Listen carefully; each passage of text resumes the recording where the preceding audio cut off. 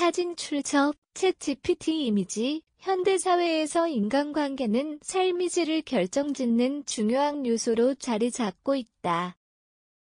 하지만 모든 관계가 긍정적이지만은 않다는 인식이 퍼지면서 관계를 유지할 것인가 단절할 것인가를 고민하는 이들이 많아지고 있다. 현대인은 어떤 기준으로 인간관계를 정리하고 있는가? 백슬래시의 만남 자체가 백슬래시 직장인 이대로 33가명는 사람들과의 만남에 매우 큰 어려움을 겪고 있다.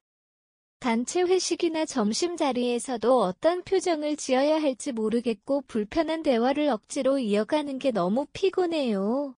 하루 일과의 대부분을 누군가에게 맞추며 살다 보면 제 자신이 사라지는 기분이 들어요.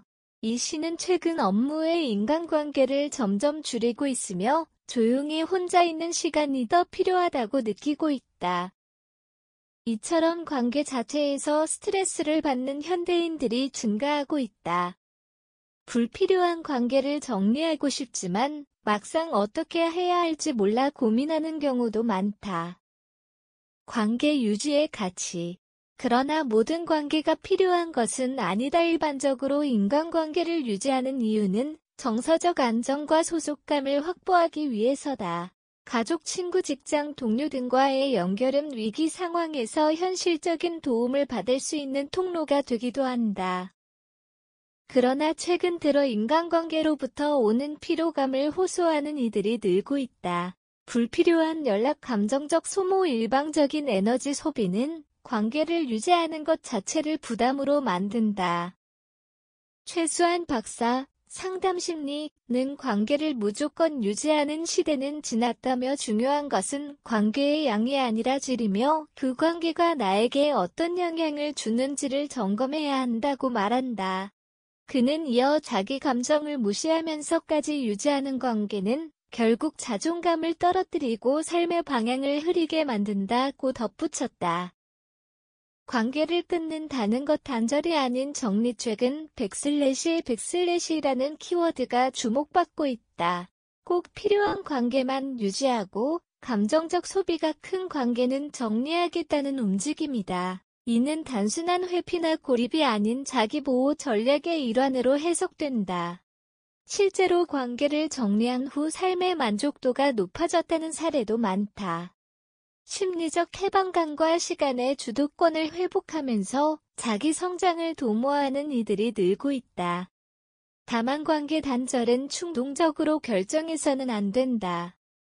전문가들은 백슬래시를 통해 관계를 재정비하는 것이 바람직하다고 조언한다.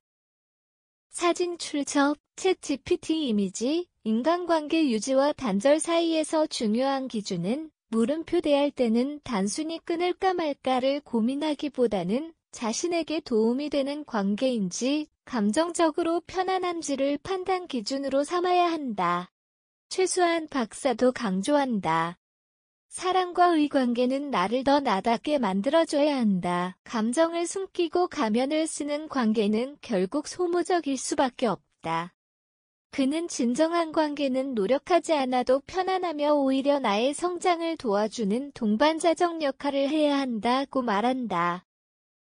인간관계를 정리할 것인지 유지할 것인지는 개인의 성향과 삶의 가치에 따라 달라진다. 단절이 반드시 고립을 뜻하지 않으며 유지가 항상 정답도 아니다.